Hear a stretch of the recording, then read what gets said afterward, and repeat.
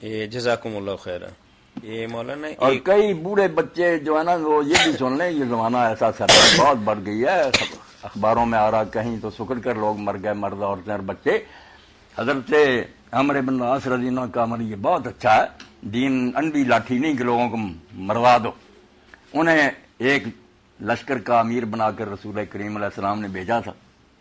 وہاں ان کو غسل کی حاجت ہوگی. اب دن بہت سردی کا تھا، بہت ٹھنڈ. انہوں نے تیمم کیا. اب امیر لشکر وہی تھے، جماعت کرائی. صحابہ کرام نے کہا عمر تم نے یار کیا کیا کہ ایسی حالت میں ہمیں نماز پڑھو. انہوں نے کہا آرام سے بیٹھو، میں امیر ہوں، میرے ماتحت ہو تم، مدینہ جائیں گے پوچھ لیں. لوگوں نے رسول کریم علیہ السلام سے جب یہ بات عرض کی تو آپ نے فرمایا عمر تو نے اس جنابت کی حالت میں تیمم کر کے انہیں نماز پڑھا دی. پانی بھی تھا سب. انہوں نے کہا اللہ کے رسول اتنی سردی تھی کہ مجھے قرآن یاد آیا کہ اللہ کہتا ہے وَلَا تَقْتُلُوا أَنفُسَكُمْ، اپنے آپ کو ہلاک نہ کرو، ان اللہ کان بکم رحیم، اللہ تمہارے بارے میں بہت مہربان ہے. تو میں نے سوچا مہربان خاک ہوگا اگر میں آپ کو ہلاک کروں گا، اس لیے میں نے حضور بہت ہنسے اور ذرا نہیں برا کہا، ان کی نماز کو جائز مانا. اور اسی لیے امام ابو حنیفہ رحمۃ اللہ نے کہہ دیا کہ اگر گھر میں ہوتے بھی سردی ایسی ہے، پانی گرم کرنے کا موقع نہیں، تو یہ ٹھنڈک بھی جواز ہے کہ اس وجہ سے تیمم کر لو، نماز پڑھ. مرنے کا حکم نہیں دین دیتا. یہ لوگ نمازیں چھوڑ دیں گے مسائل سے بے خبر. اب غسل کریں گے تو پڑھیں گے، بس رہ جائیں گی ساری نمازیں. غسل ہوتا ہے تو بہت اچھی بات ہے، پانی گرم ہوتا کر لو.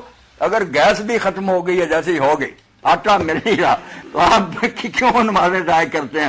جس حال میں تیمم کریں اور پڑھیں. اور تیمم کے بارے میں اب لوگ کہتے ہیں 2 مرتبہ ہاتھ مارو، 1 مرتبہ مارو تو منہ پر پھیرو، دوسری مرتبہ مارو تو کونیوں سے لے کے، وہ یہی کہتے ہیں کہ جیسے وضو میں کونی. مگر صحیح حدیث جو ہے اللہ کے رسول کی وہ تو یہی کہ صرف 1 بار مارنا.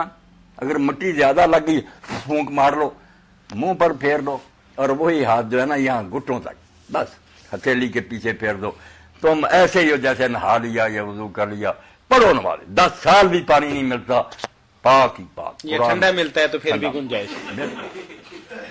ٹھیک ہے، جزاکم اللہ خیر.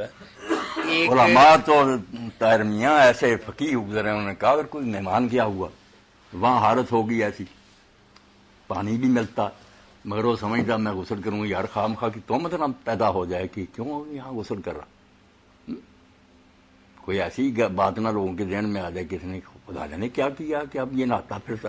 تو وہ بھی کہتے ہیں کہ تیمم کر کے وہاں نماز پڑھ لے.